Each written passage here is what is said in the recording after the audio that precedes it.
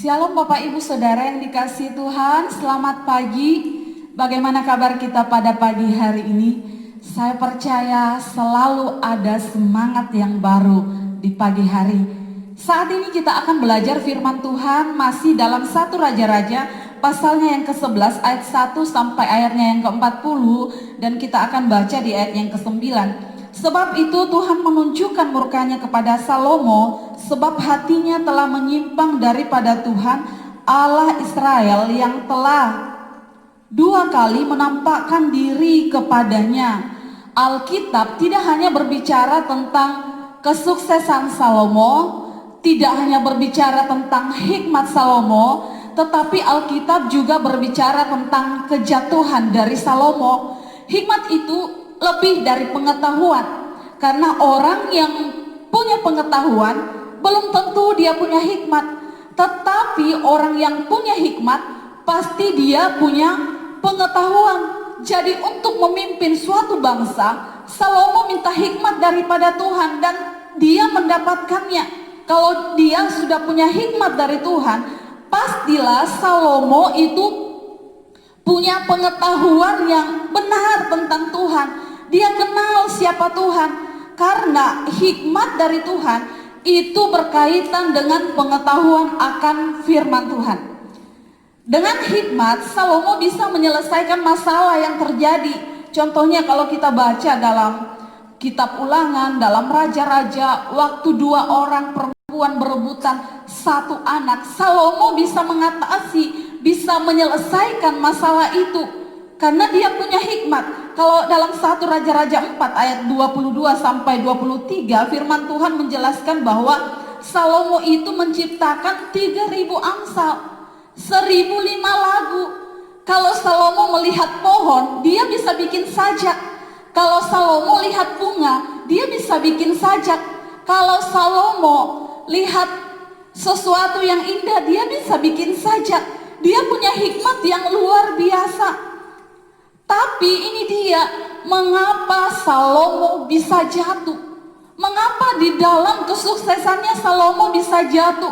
Mengapa seorang raja yang sangat berhikmat, sangat berpengetahuan itu bisa jatuh?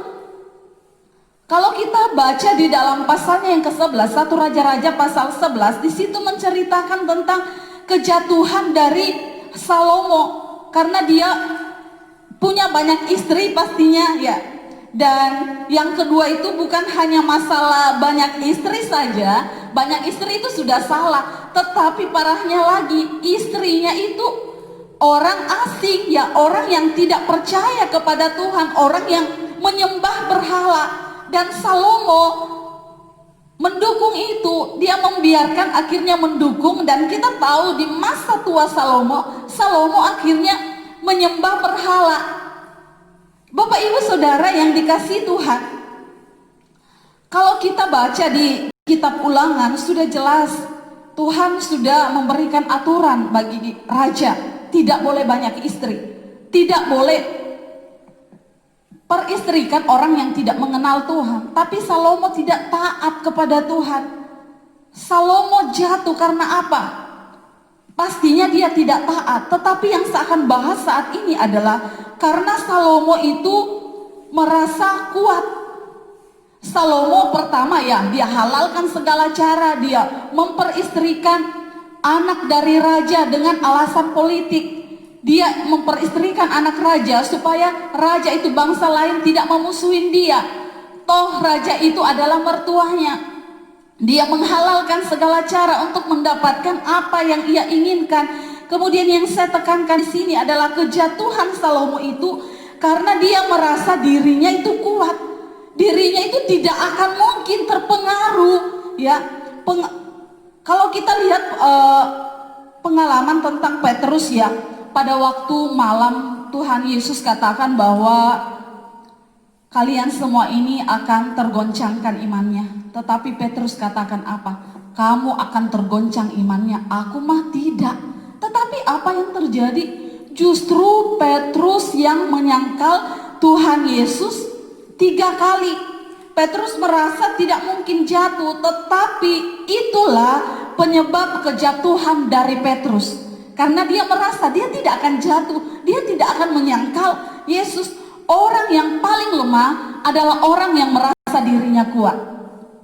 Dan Paulus juga memberikan nasihat kepada jemaat yang ada di Korintus dalam 1 Korintus pasalnya yang ke-10 ayat yang ke-12, firman Tuhan berkata, sebab itu siapa yang menyangka bahwa ia teguh berdiri, hati-hatilah supaya ia jangan jatuh.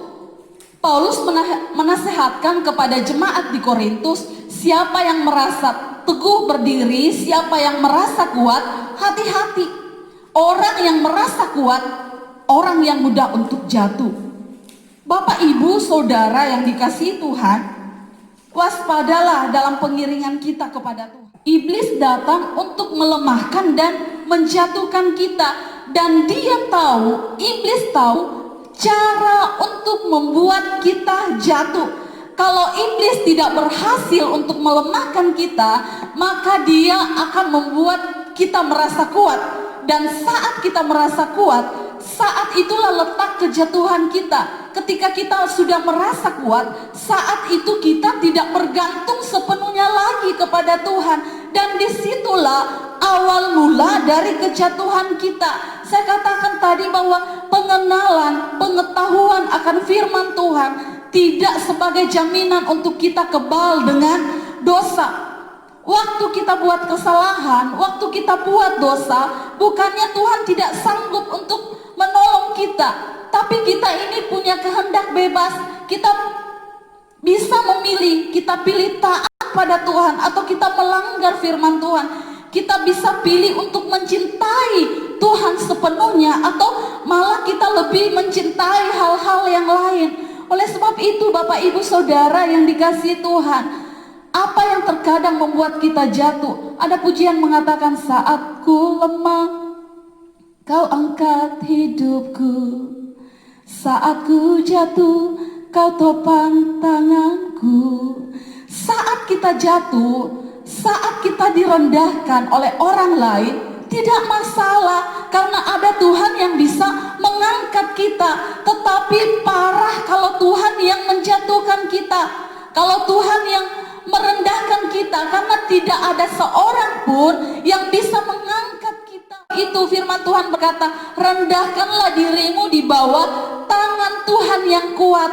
Jangan pernah merasa diri hebat, jangan pernah merasa diri kuat, karena sesungguhnya disitulah letak kejatuhan kita.